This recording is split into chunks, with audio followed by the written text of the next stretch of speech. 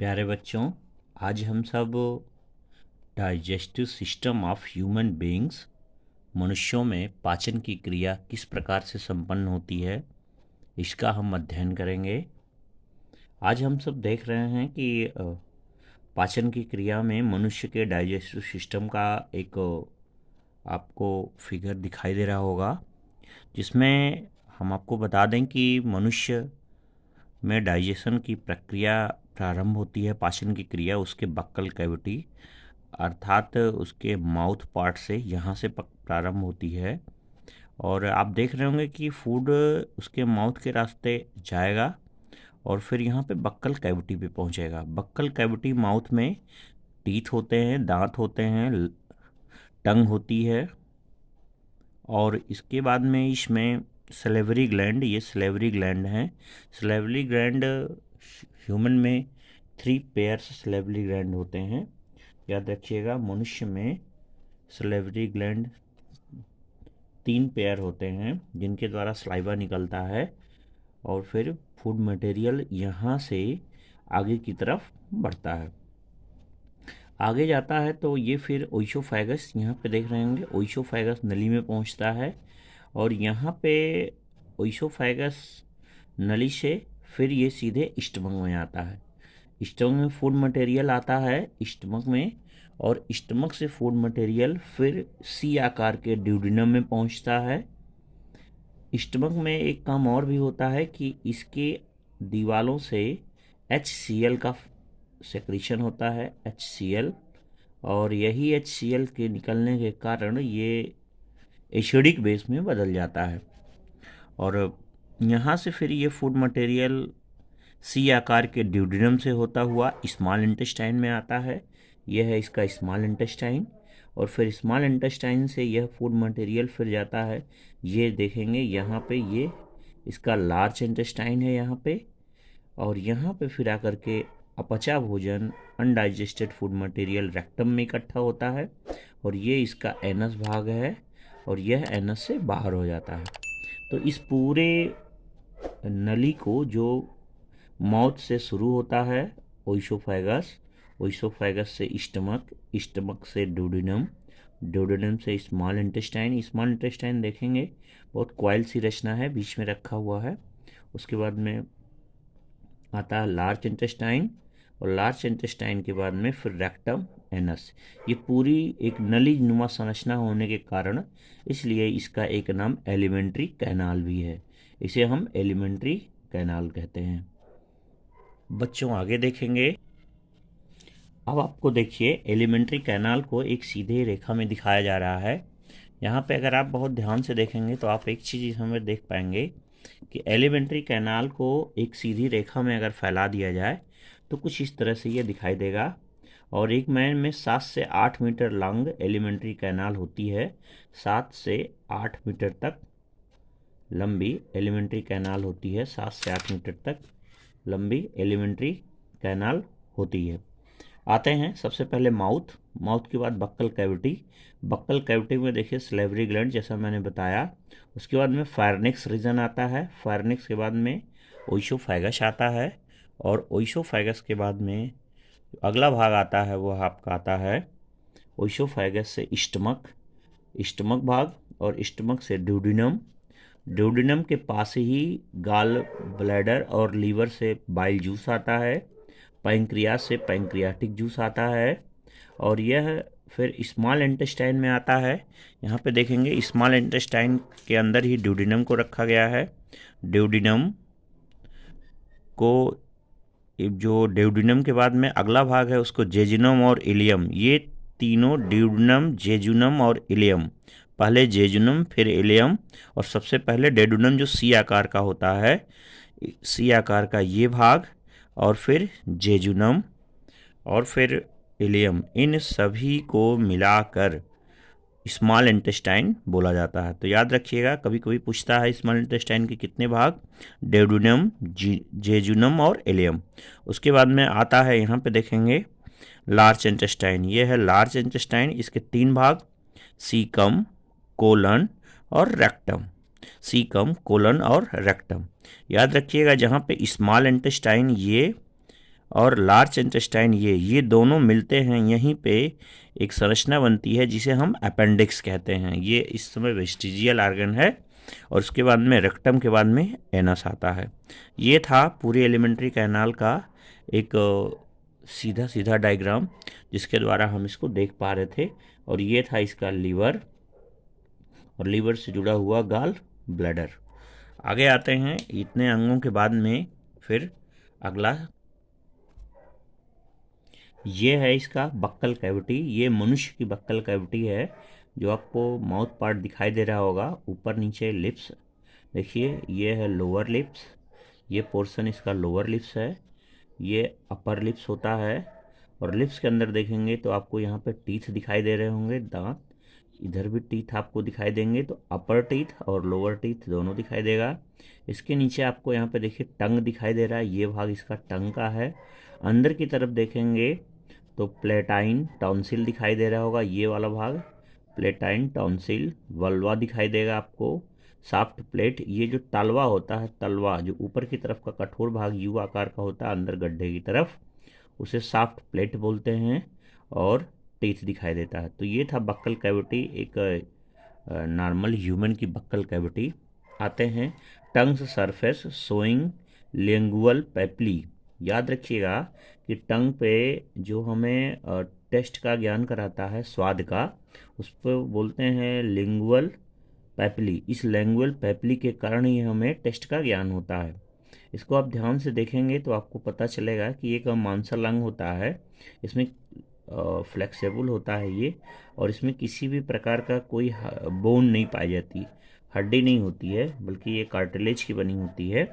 आप इसमें देख रहे होंगे तो ये इसके तीन ये चित्र अलग अलग दिखाई दे रहा है कि कौन कौन सा इसमें दिखाई देता है। जैसे देखिए यहाँ पे फिल्ली फार्म पैपली है, फिर फंगी फार्म पैपली है, फिर फोलिएट पैपली है, फिर वायलेट पैपली है, फिर सल्कुअस टर्मिनल्स हैं, और फिर फोरमेन सीकम है। तो ये चीज़ें जो अलग अलग पैपली हैं, ये पैपली, ये पैपली, ये पैपली, ये सारे पैपली अलग अलग टेस्ट कराते हैं। जैसे यहाँ पे देख रहे होंगे, ये तो आपके टंग का टिप भाग है। जो टंग का टिप भाग होता है, ये स्वीट हमें मीठे का ज्ञान कराता है, यह हमें मीठे का ज्ञान कराता है। और इसके नीचे जो ये भाग है साल्ट, देखिए इस कोने पे, मतलब सब जीभ से थोड़ा पीछे के भाग में जब आप जाएंगे तो आपको ये साल्ट, ये नमकीन का ज्ञान कराएगा। हमको दोनों तरफ नमकीन का ज्ञान होता है, यहाँ पे। और फिर अगर हम और देखेंगे और पीछे जाएंगे तो जीभ के बगल में दोनों तरफ ये हमें तीखेपन का ज्ञान कराता है, तीखापन। देखा होगा आपने, जब आप मिर्चा खा लेते हैं तो आपके जीभ की अगल बगल जलती है, और आपको नमक का टेस्ट करना होता है तो जीभ पे जब फैलाते हैं तब आपको नमक का ज्ञान होता है। और यहाँ पे देखेंगे बीटर कड़वा का ज्ञान कराते हैं। जब हम अरवी वगैरह खाते हैं तो हमें कड़वे का ज्ञान होता है, जैसे लगता है जीभ कट के गिर जाएगी पीछे की तरफ। तो याद रखिएगा, सबसे टिप पर मीठा, उसके बाद में दोनों तरफ नमकीन, और उसके बाद में शोर तीखेपन का, और फिर यहाँ पे कड़वा। तो इन सभी का ज्ञान हम अपने जीभ पे करते हैं, किसके द्वारा? पैपली द्वारा। और इन पैपलियों के कारण ही हमें टेस्ट ज्ञान। ये देखिए एक स्ट्रक्चर ऑफ टीथ है, दांत का संरचना। आप जानते हैं कि ह्यूमन टीथ 3 तरह के उसमें वैरायटी बताई गई है। पहला तो हेट्रोडोंट होता है, हेट्रोडोंट।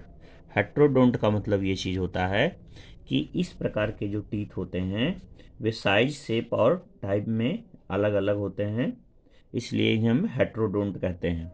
मनुष्य के दांत को देखेंगे तो इसमें कुल 3 प्रकार के दांत आते हैं, 4, 1, 2, 1, 2, 3 और 4। पहला है इंसीजर, पहला जो आते हैं इंसीजर, फिर दूसरे आते हैं कैनाइन, तीसरे आते हैं प्रीमोलर, चौथे आते हैं मोलर। तो याद रखिएगा, इंसीजर, कैनाइन, प्रीमोलर और मोलर। यहाँ एक टीथ का दिखाया गया है स्ट्रक्चर। हम इस टीथ का स्ट्रक्चर पढ़ेंगे। सबसे पहले देखेंगे कि हेट्रोडोंट होता है, अर्थात ये 4 प्रकार के दांत होते हैं। दूसरा, मनुष्य का दांत जो होता है वो थीकोडोंट होता है। थीकोडोंट का मतलब कि जब दांत गहराई में मस्कुड़े के गहराई में धंसे हों तो उसको थीकोडोंट बोलते हैं। तो मनुष्य का दांत हेट्रोडोंट होता है, कई प्रकार का। थीकोडोंट होता है, अर्थात थीकोडोंट का मतलब होता है कि यह गहराई में धंसा हुआ। और तीसरे प्रकार के जो इसी को बोला जाता है, यह डाइफोडोंट भी होता है। डाइफोडोंट का मतलब है कि डाई माने दो, इसका मतलब कि यह 2 बार जमता है, अर्थात इसका जर्मिनेशन 2 बार होता है, एक मिल्क टीथ और एक परमानेंट टीथ। इसलिए हम इसको डाइफोडोंट भी बोलते हैं, थीकोडोंट भी बोलते हैं, हेट्रोडोंट भी बोलते हैं। एक दांत का संरचना देख लें। सबसे पहले देख रहे होंगे ये ऊपर की तरफ से इनेमल होता है, याद रखिएगा ये बॉडी का सबसे कठोरतम, सबसे हार्डेस्ट पार्ट है इनेमल, और ये सबसे कठोर होता है। उसके बाद में डेंटाइन होता है, अंदर की तरफ ये देखेंगे डेंटाइन होता है। उसके बाद में पल्प कैविटी होती है, पल्प कैविटी, इसी में से नर्व्स वगैरह अंदर आई रहती हैं। और ये देखिए यहाँ से ये गम है, यहाँ से मस्कुड़े लगे होते हैं। इतना ज़्यादा, जितना दांत ऊपर निकला रहता है उससे लगभग उससे ज़्यादा ही नीचे धंसा होता है, इसीलिए इसको हम क्या बोलते हैं, थीकोडोंट बोलते हैं। अगला है, इसमें देखिए सीमेंट होता है, अंदर की तरफ सीमेंट, और फिर होता है पेरियोडोंटल मेम्ब्रेन, और ये अंदर की तरफ जो दांत के ऊपर लगा होता है इसको बोलते हैं पेरिडोंटियल मेम्ब्रेन। वैसे भी दांत को कुल ह्यूमन टीथ के 3 पार्ट में बांटे गए हैं। पहले जो मस्कुड़े से ऊपर होते हैं उसे हम क्राउन कहते हैं, मुकुट जैसी संरचना क्राउन कहलाता है। उसके बाद उसका नेक रीजन आता है जो मस्कुड़े के पास होता है, जहाँ से मस्कुड़ा धंसता है। और उसके बाद में मस्कुड़े से नीचे का जो भाग कहलाता है वो रूट कहलाता है। तो क्राउन, नेक और रूट ये ह्यूमन टीथ के 3 पार्ट हैं। और इसको अगर देखेंगे तो आप इनेमल, डेंटाइन, ऊपर ऊपर इनेमल होता है सबसे कठोर भाग, फिर डेंटाइन होता है, फिर सीमेंट होता है, ये वाला भाग इसका सीमेंट है, और फिर पल्प कैविटी दिखती है आपको, और पेरिडोंटियल मेम्ब्रेन आपको नीचे की तरफ दिखाई देते हैं जो दांत के अंदर धंसे होते हैं। तो ये था structure of teeth and types of teeth. दांतों के 4 नाम याद रखिएगा, इंसीजर, कैनाइन, प्रीमोलर और मोलर।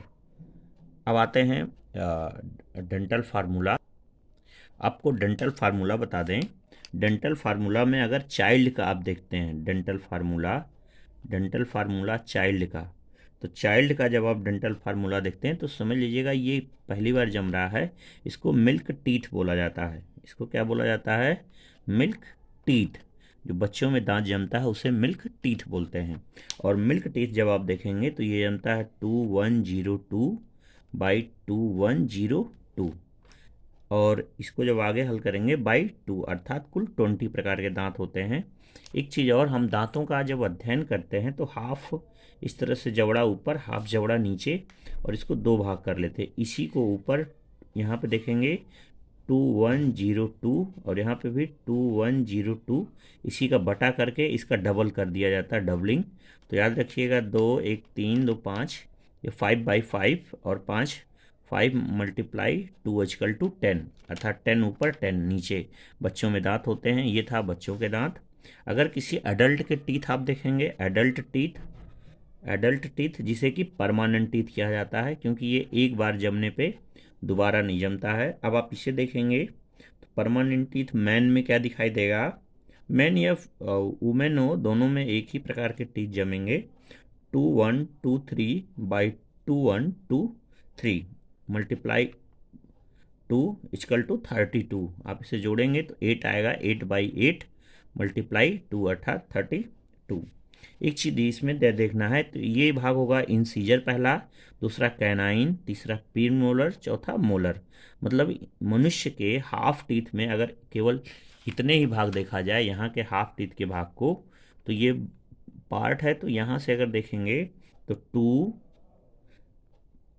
1 2 3, अर्थात इंसीजर 2, कैनाइन 1, प्रीमोलर 2 और मोलर 3। इस तरह से इसी का जब डबलिंग करेंगे तो आपको कुल 32 टीथ निकल के आएंगे। ये था ह्यूमन टीथ। ये आपको दिखाई दे रहा होगा, ये आपको चित्र दिखाई दे रहा है, various portion of pharynx under normal condition and during swelling. देखिए एक चीज़ और, मनुष्य जब कोई फूड मटेरियल निगलता है तो उस समय वो अपनी श्वसन क्रिया नहीं कर पाता है। अर्थात एक बार में मनुष्य या तो श्वसन करेगा या तो फूड मटेरियल को निगलेगा। इसमें आप देख पा रहे होंगे कि ये इसका ट्रैकिया भाग है, ये इसका ट्रैकिया भाग है। इस पे एपिग्लॉटिस जैसा एक ढक्कन लगा होता है ग्लॉटिस के पास। एपिग्लॉटिस ग्लॉटिस को बंद कर देता है। और सांस की नली है तो ये देखिएगा, जहाँ पे बक्कल कैविटी आके खुलती है और यहीं से फिर यूस्टेशियन ट्यूब भी आके खुलता है। देखिए यहाँ पे जो श्वास नली है, ऊपर से श्वास नली है, वायु आ रही है, और यहाँ पे फूड मटेरियल की नली है। तो जब वायु नली आती है तो ये एपिग्लॉटिस फेर्निक्स के पास इन दोनों नलियाँ ओइसोफेगस और ट्रैकिया दोनों एक दूसरे के बराबर बराबर रहती हैं। ओइसोफेगस गर्दन के पीछे होता है और ट्रैकिया सांस नली गर्दन के आगे होती है। इसमें क्या होता है, ग्लॉटिस के ऊपर लगा हुआ एपिग्लॉटिस ढक्कन नुमा संरचना होती है जो खुल जाती है और वायु ट्रैकिया में चली जाती है और जो आगे चल करके लंग्स में पहुंच जाती है। लेकिन जब हम देख रहे हैं कि फूड मटेरियल आ रहा है, यहाँ पे देखेंगे ये फूड मटेरियल आ रहा है, ये वायु वाले स्थान पे खाली है। तो जब फूड मटेरियल आता है उस दौरान क्या होता है, एपिग्लॉटिस क्लोज हो जाती है। यहाँ पे देख पा रहे होंगे बंद हो गया है, तो एपिग्लॉटिस बंद हो जाती है। ऐसा होता क्यों है कि ये पैलेट वाली जो ये भाग है, ये जब ऊपर की तरफ उठती है तो एपिग्लॉटिस ये घाटी भी ऊपर की तरफ उठती है और ये इसको क्या करती है, आकर के बंद कर देती है। एपिग्लॉटिस बंद हो जाती है और फूड मटेरियल फूड वाली नली में चला जाता है। तो इस तरह से जब भी हम अपना भोजन निगलते हैं तो सांस की नली बंद हो जाती है। इसको आप एक्सपेरिमेंट करके देख सकते हैं कि अगर आप कभी बहुत जल्दी जल्दी पानी पिए तो उस दौरान आप देखते होंगे कि आपके जैसे लगता है कि सांस फूल रहे हैं। तो कारण उसका यही है कि हम जल्दी जल्दी जब निगलते हैं कोई चीज़ तो सांस एपिग्लॉटिस बंद हो जाती है और हम उस दौरान वायु को अपने अंदर नहीं ले पाते हैं। ये देखिए, ओइसोफेगस से भोजन आता है स्टमक में। ओइसोफेगस से स्टमक में यहाँ पे एक स्फिंक्टर लगा होता है वाल्व जैसा, कि फूड मटेरियल अंदर तो आ जाता है लेकिन ये फिर यहाँ से वापस नहीं जा पाता है। स्फिंक्टर के कारण ऐसा होता है। ओइसोफेगस से यहाँ पे कार्डियक ओरिफिकल से निकलता हुआ ये आता है स्टमक में। ये पूरा का पूरा भाग यहाँ तक कहलाता है, यहाँ तक का पूरा भाग कहलाता है स्टमक। आते हैं स्टमक में, देखते हैं स्टमक के 3 भाग होते हैं। एक होता है फंडस, दूसरी होती है बॉडी और तीसरी होती है पाइलोरिक। तो याद रखिएगा, फंडस, बॉडी और पाइलोरिक, इसके 3 भाग होते हैं। हम देख पा रहे हैं कि फंडस के बाद जो यहाँ पे दिखाई दे रहा होगा वो आपका एंट्रम, ये भाग यहाँ से यहाँ तक का एंट्रम कहलाता है और एंट्रम से पाइलोरिक। और यहाँ पे देख पा रहे होंगे यहाँ पे पाइलोरिक स्फिंक्टर है। जब फूड मटेरियल इस स्टमक भाग से आगे ड्यूडेनम में पहुँच जाता है, आगे बढ़ जाता है, तो फिर फूड मटेरियल स्फिंक्टर के कारण वापस नहीं आ पाता है। तो ये याद रखिएगा, ये पाइलोरिक कैनाल है, पाइलोरिक भाग है। तो फंडस भाग थोड़ा बड़ा होता है, बॉडी थोड़ी लंबी होती है लेकिन चौड़ाई में कम होती है, पाइलोरिक पतली, और फिर पाइलोरिक ही डुडेनम से जुड़ी होती है। फूड मटेरियल यहाँ पे आता है तो इनकी दीवारों से HCl का स्राव होता है और HCl क्या करता है, फूड मटेरियल को एसिडिक बना देता है और फूड फिर आगे बढ़ जाता है। नीचे की तरफ आपको एक और दिखाई दे रहा होगा यहाँ पे, TS of alimentary canal showing is histology की रूप से अगर पढ़ेंगे तो आपको ये structure of wall alimentary canal दिखाई दे रहा होगा। देखेंगे सबसे पहले बाहर की तरफ से इसका सेरोस है, सेरोस से अंदर की तरफ आप जाएंगे तो यहाँ पे ये जो भाग आपको डॉट डॉट दिखाई दे रहा है ये है लॉन्गिट्यूडनल लेयर ऑफ मसल्स। ये लॉन्गिट्यूडनल मसल का लेयर है और उसके नीचे आप जाएंगे तो देखेंगे कई लाइनिंग आपको दिखाई दे रही होगी जिसको बोलते हैं सर्कुलर लेयर ऑफ मसल। तो याद रखिएगा, एलिमेंट्री कैनाल पे 2 प्रकार की मसल्स पाई जाती हैं, लॉन्गिट्यूडनल लेयर ऑफ मसल्स और सर्कुलर लेयर ऑफ मसल्स, और ये दोनों कहलाती हैं मस्कुलर कोट। और मस्कुलर कोट के अंदर जब आप अंदर प्रवेश करेंगे तो सब म्यूकोसल कोट दिखाई देगा। ये वाला भाग इसका नाम है सब म्यूकोसल कोट। सब म्यूकोसल कोट आपको दिखाई देगा और सब म्यूकोसल कोट के अंदर जब आप जाएंगे तो आपको दिखाई देगा मस्कुलरीज म्यूकोशा। ये वाला, ये आपको मस्कुलरीज म्यूकोशा दिखाई देगा। और मस्कुलरीज म्यूकोशा के अंदर जब आप जाएंगे तो आपको दिखाई देगा लैमिना प्रोप्रिया, लैमिना प्रोप्रिया, ये वाला भाग आपको दिखाई देगा, लैमिना प्रोप्रिया। और लैमिना प्रोप्रिया ही अंदर की तरफ, एलिमेंट्री कैनाल के अंदर की तरफ क्या होती है, घटती बढ़ती रहती है, अर्थात एक जिगजैग स्थिति में होती है, जिससे वेलाई का फॉर्मेशन होता है। ये वेलाई फिंगर लाइक स्ट्रक्चर का फॉर्मेशन होता है जिसपे फूड मटेरियल आगे बढ़ता है, और इसके कारण एलिमेंट्री कैनाल का सरफेस बढ़ जाता है। तो इस तरह से सभी का नाम आप एक तरह से बताइएगा। मस्कुलर कोट, जिसमें सबसे पहले सिरोसा होता है, सिरोसा के बाद में लॉन्गिट्यूडिनल लेयर ऑफ मसल्स होती हैं, फिर सर्कुलर लेयर ऑफ मसल्स होती हैं। उसके बाद जब आप अंदर की तरफ जाते हैं सब म्यूकोसल कोट होता है, ये वाला भाग सब म्यूकोसल कोट, यहाँ पे देखिए लिखा भी है।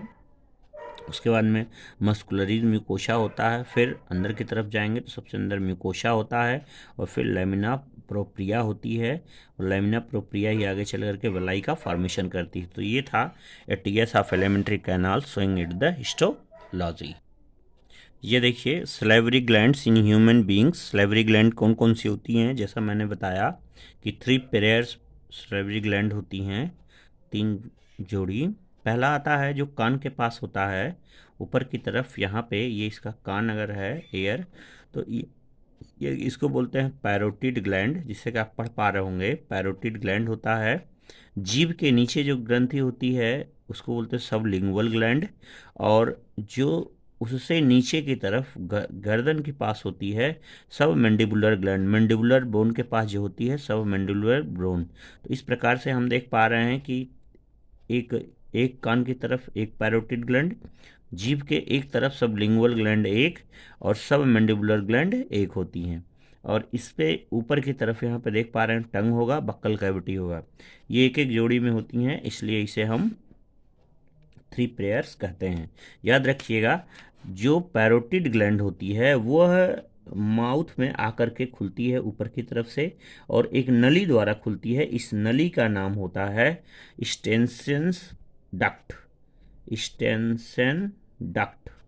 याद रखिएगा क्या नाम है, स्टेनसेन डक्ट, जो पैरोटिड ग्लैंड को बक्कल कैविटी से जोड़ती है। दूसरी होती है सब मैक्सिलरी ग्लैंड, सब मैक्सिलरी मैंडिबुलर जिसको बोलते हैं, इससे होती है वार्नस्ट, इसको बोलते हैं वार्टनॉट,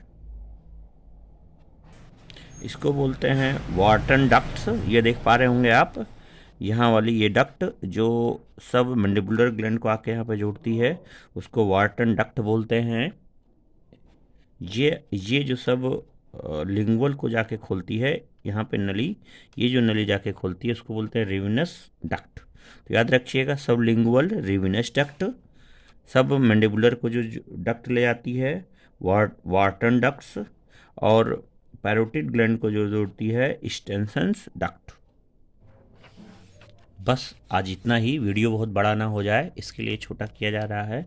आगे इसका दूसरा पार्ट बाकी बच रहा, उसे मैं बाद में बताऊंगा। उम्मीद करता हूं आपको ये वीडियो कैसा लगा ज़रूर बताइएगा, और चैनल को लाइक, सब्सक्राइब और शेयर ज़रूर कीजिएगा। बहुत बहुत धन्यवाद।